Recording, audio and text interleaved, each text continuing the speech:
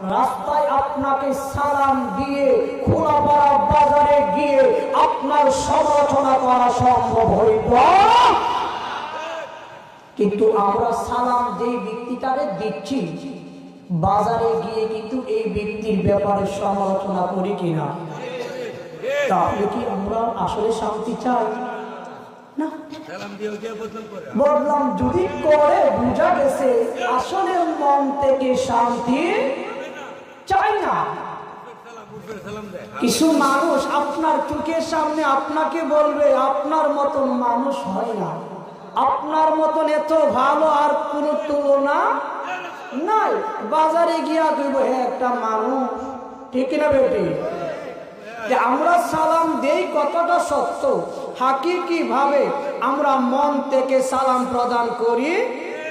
যদি মন থেকে সালাম প্রদান করি তাহলে সমাজে অশান্তি থাকতো।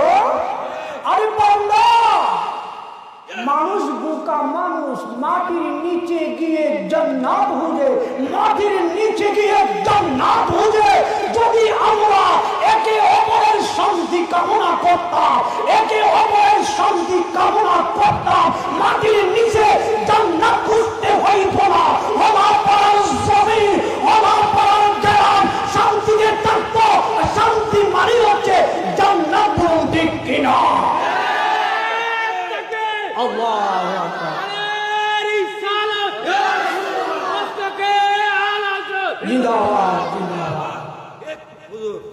মাটির উপরে অশান্তি লাগায়, আগুন লাগায়, মাটির নিচে গিয়ে জান্নাত খুঁজো।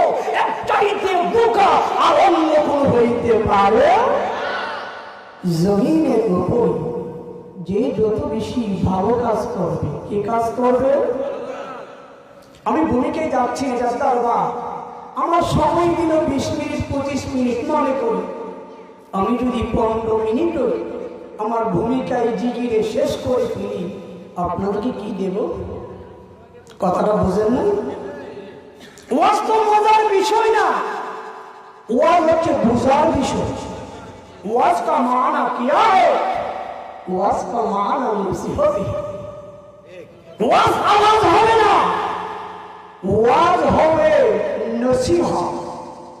যেই নসিহত দ্বারা সত্য হৃদয়টা নরম হবে, যেই ওয়াজ দ্বারা পরকালমুখী হবে, যেই ওয়াজ দ্বারা মৃত্যুর কথা স্মরণ হবে।